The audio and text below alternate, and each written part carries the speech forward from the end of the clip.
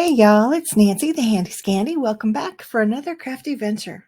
And today I bring you a couple of adorable tags that I created out of some of those CitraSolv NatGeo pages. So you can kind of see everything that I'm working with right now on my desktop. And these are the tag dies that I'll be using. These are from Tim Holtz and Sizzix.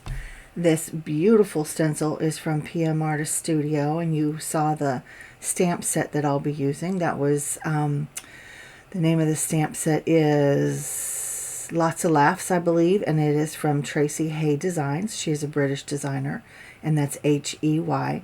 And I will have everything linked downstairs in the description box for your accessibility, so don't worry about that. If by chance I have not listed something that you're interested in, please leave me a comment and I will get that for you as long as it's available. Some things are no longer available, or I can't find them, or there's not necessarily a link, but if I've missed something, let me know and I will do my best to take care of you.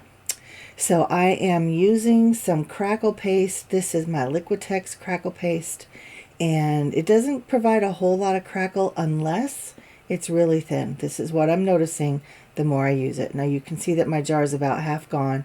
Will I buy this one again? I don't know. I think it's appropriate in certain applications, and then other applications might need something with a little bit more robust crackle. So I kind of stopped my crackle experiments and compares and contrasts. I just didn't feel like I was getting anywhere. So that is a completely different situation. So when I was doing the CitraSolv pages, one, if you haven't watched that video, I would encourage you to go back and watch it. And some of what I'm about to say won't make sense, but if you've already watched it, hopefully it will. I'll also link that downstairs. So I was kind of struggling with getting the ink to actually dissolve and move around on the pages when I was doing my experiment with CitraSolv.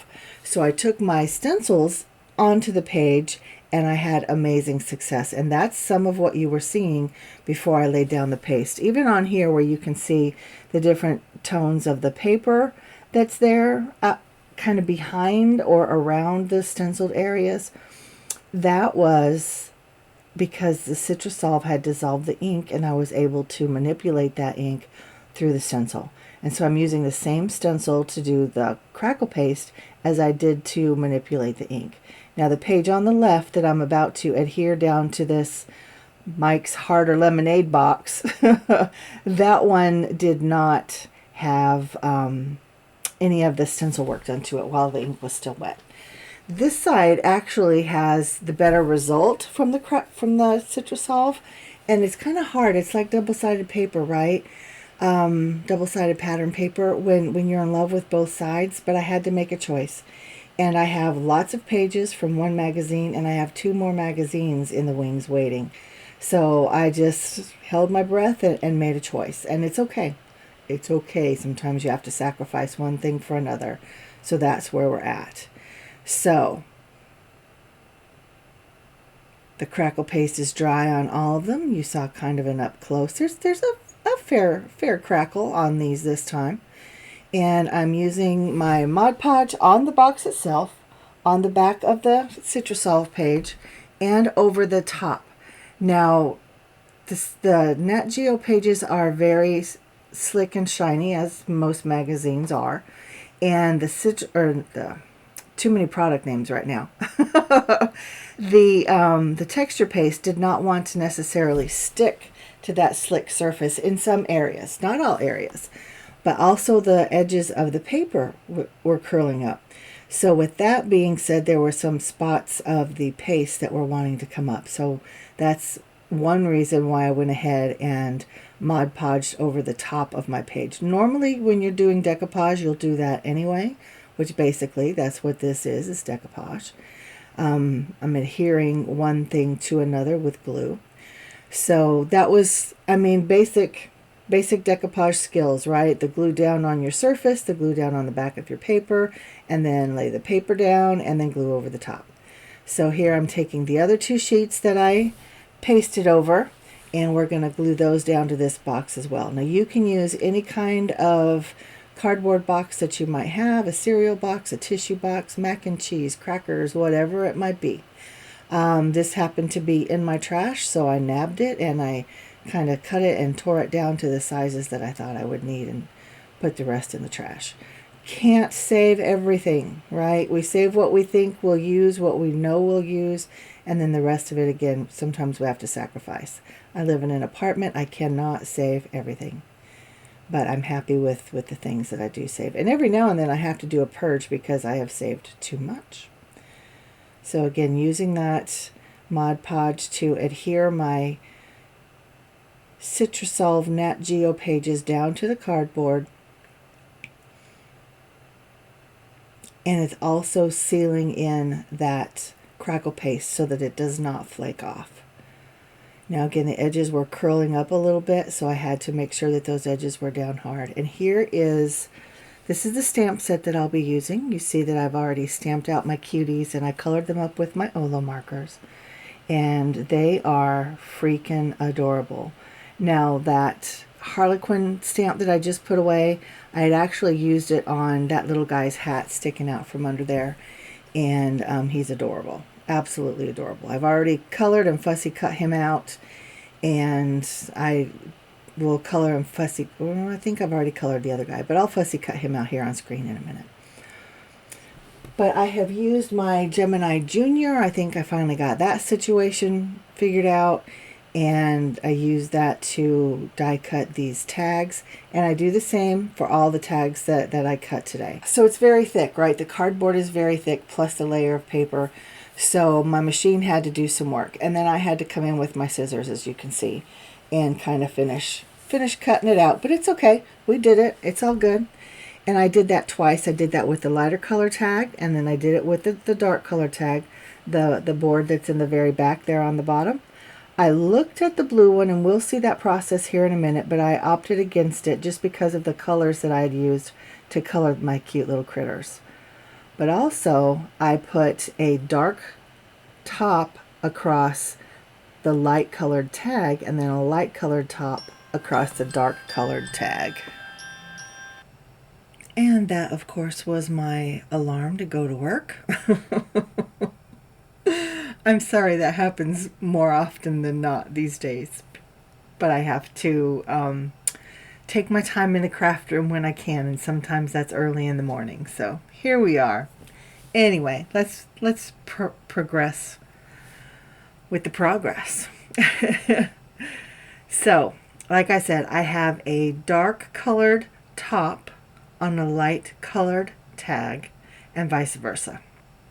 So in just a little bit, I'll be cutting out that the panel in the back. That's the darker magazine page. And here in a second, I'll show you where I'm kind of auditioning my little cutie guys to see if I want them on that blue and green panel or not. And just because of the colors that I used to color them up, that tealy color, I just opt not to do that. So anyway, I will use it, of course, I will use it. I think for the most part what I'm doing is self-explanatory, so I am just going to let the video play. We'll put it to some music, and I will check back in here in just a little bit. If you have any questions, because sometimes I think things are self-explanatory and others don't necessarily think that. So if you have any questions, if you have comments, whatever it might be, please drop it downstairs and I will get back to you as soon as I can.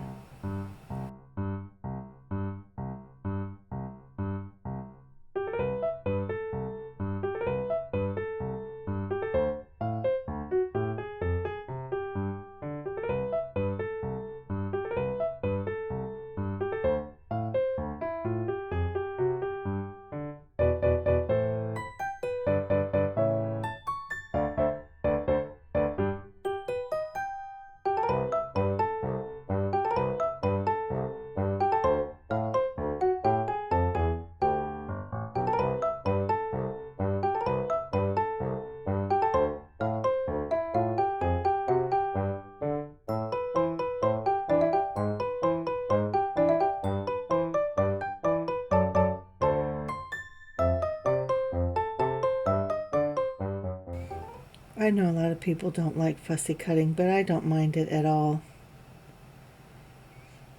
See how that teal just doesn't go quite right with that kind of olivey green and then the more deeper blues. I even thought, let me use the tag and use it kind of as a viewfinder, and it just didn't work. So here we are back to exactly what I was saying. We'll cut out a dark colored tag, and then we'll add that lighter colored top. And then I decided that I wanted to kind of clean up the back sides because, again, I used an old cardboard box, and it's just a cardboard box on the back side. So there's nothing even remotely pretty to look at. So found these, well, it's a book that's in my stash. It was gifted to me a couple years ago by one of my veterans, actually. And I think it's an old wallpaper sample book. But I found some prints in there that I really liked. They're the same, so I just cut out 2 of them, and I think that looks really nice on the back of those tags.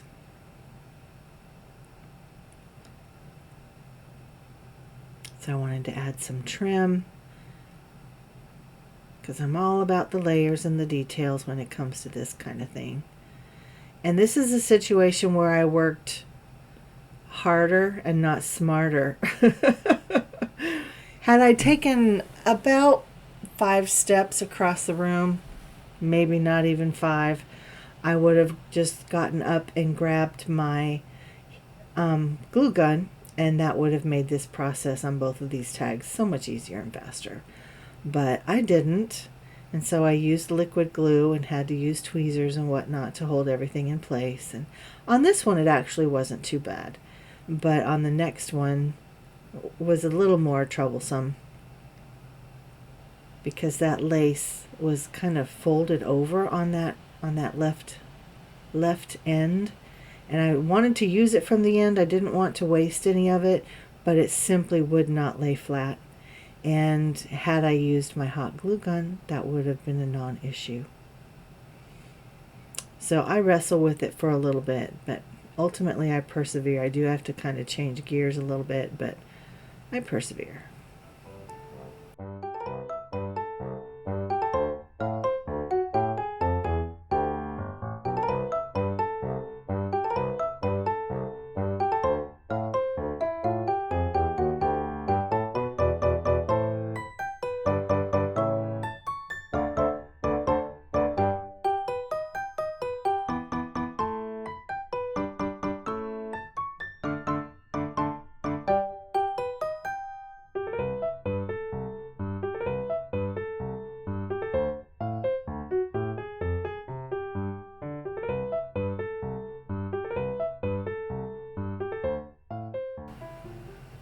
And then to bring in some more of that tealy blue, I went ahead and just used some of my edger dies and just cut out a couple different trims and glued them on. And I also added circle reinforcers, more to add that tealy accent color than actually needing a reinforcer, if that makes sense. And now I'm going to add little pom-poms to their hats.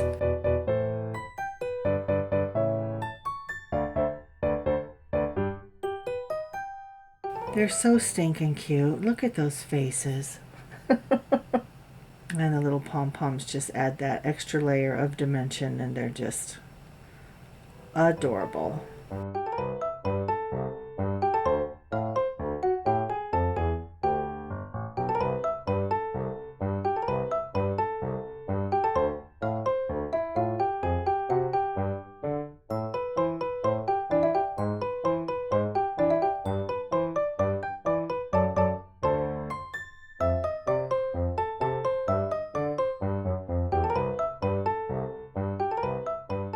Then I've cut out a sentiment for each of them, just edging it with my one of my darker colored Olo markers. It's not really a black, but it reads as black, and that just helps them to stand out a little bit.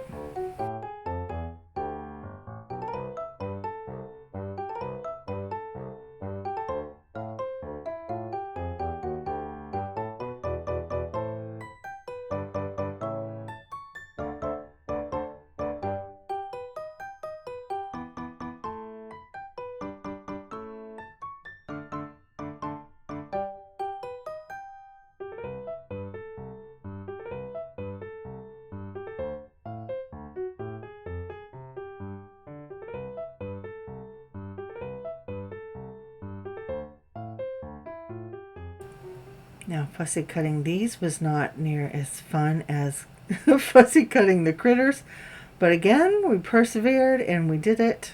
And I'm not going to make you watch it all.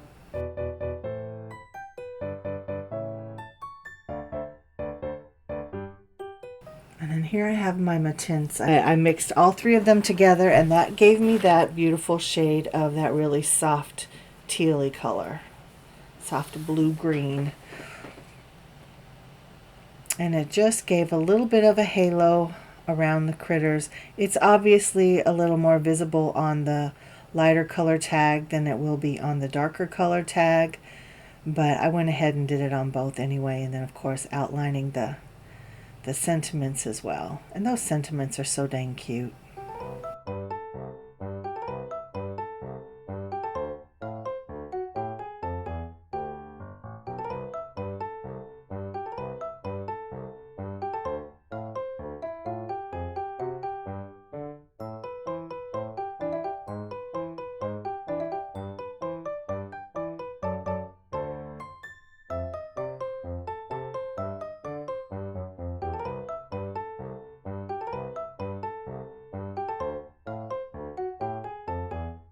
And see, it didn't take much. And add a little bit of glue to several of the flowers. I think I put 3 on each card if I'm not mistaken. I thought I might want him holding it in his hand, but it just didn't look quite right to me. And as you can see, I'm using that trim as kind of a landing place for my cutie little image there.